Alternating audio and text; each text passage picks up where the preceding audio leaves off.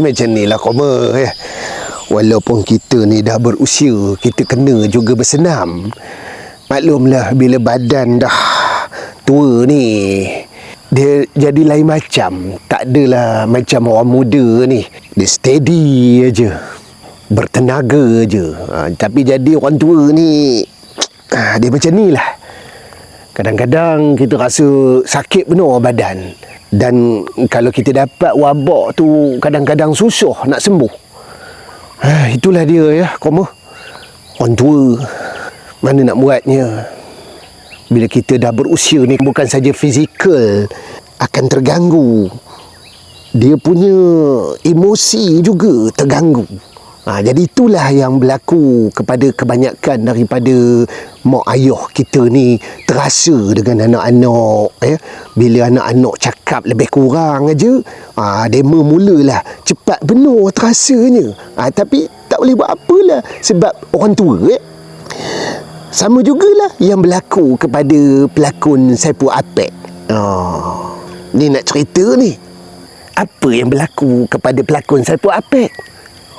Dah dia pun tak boleh tahan. Dah dia nak menyerang ke agaknya orang yang memprovok dia sepanjang dia menghadiri majlis jamuan hari raya Ketua Polis Negara pula tu. Ada pula jenis orang ya, provok orang. Tambah pula orang tu orang yang dikenali, pelakon Saipul Apek. Tapi berani benar pula orang tu memprovok dia sepanjang masa katanya.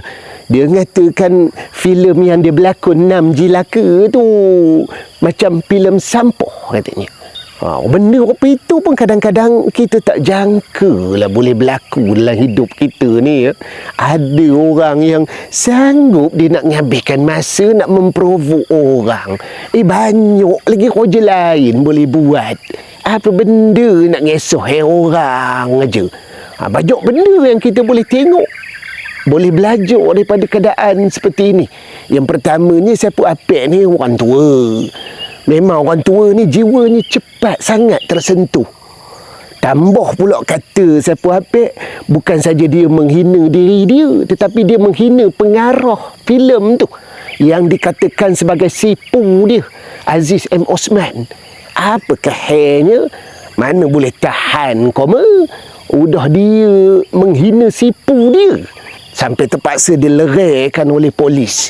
Terbayangkanlah, datang ke jamuan raya Ketua Polis Negara pun boleh jadi macam ni. Ada juga orang yang jenis-jenis cinonet ni lah Koma. Kerjanya hanya nak ngesoh orang. Apa orang buat. Yang dia sendiri ada ke benda yang dia buat? Ada ke filem yang dia buat? Itulah Koma ya. Manusia ni macam-macam perangai ada. Tak pernah merenung pada diri sendiri. Inilah kita katakan orang yang jiwanya sakit.